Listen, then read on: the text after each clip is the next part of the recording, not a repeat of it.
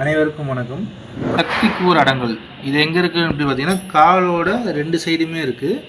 சரிங்களா? இது எங்கே இருக்குதுன்னு பார்த்தீங்கன்னா கால் இப்போ காலோட இப்போ இந்த வெள்ளை இது கலர் ஆரம்பிக்குது பார்த்தீங்களா, இந்த இடத்துல தான் இந்த வர்மப்புள்ளி இருக்குது.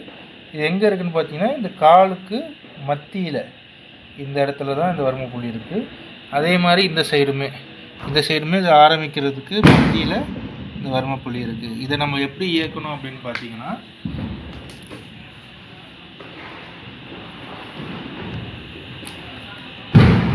நம்ம நடுவேரில் பார்த்தீங்களா, நடுவேரில் அந்த வர்மப்புள்ளி மேலே வச்சுக்கணும்.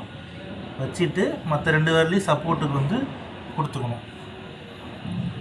சப்போர்ட்டுக்கு இப்படி கொடுத்துட்டு உள்வெளி அழுத்தம் ஒரு 3 வாட்டி கொடுக்கலாம்.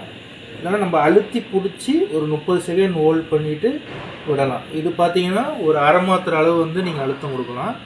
இது லேடிஸுக்கு ஒரு நல்ல வர்மப்புள்ளி. இது பார்த்திங்கன்னா அதிகமாக உதிரப்போக்கு ஆகிறவங்க பீரியட்ஸ் டைமில் அதிகமாக ரத்தம் வெளியேறும் போது இந்த வர்மப்புள்ளி கொடுத்தோம் அப்படின்னா அது கண்ட்ரோல் ஆகும். ரொம்ப அதிகமாக அழுத்திடக்கூடாது, பர்மனெண்ட்டாக அது நிற்கிறதுக்கும் வாய்ப்பு இருக்குது. அதனால் மிதமான அழுத்தம், பம்பிங் பண்ணக்கூடாது, லைஸாக அழுத்திட்டு வெளியே எடுத்துக்கணும். அதே மாதிரி பார்த்தா காலுகளுக்கு இது ஒரு நல்ல ஆற்றல் கொடுக்கக்கூடிய வர்மப்புள்ளியாக இருக்கும்.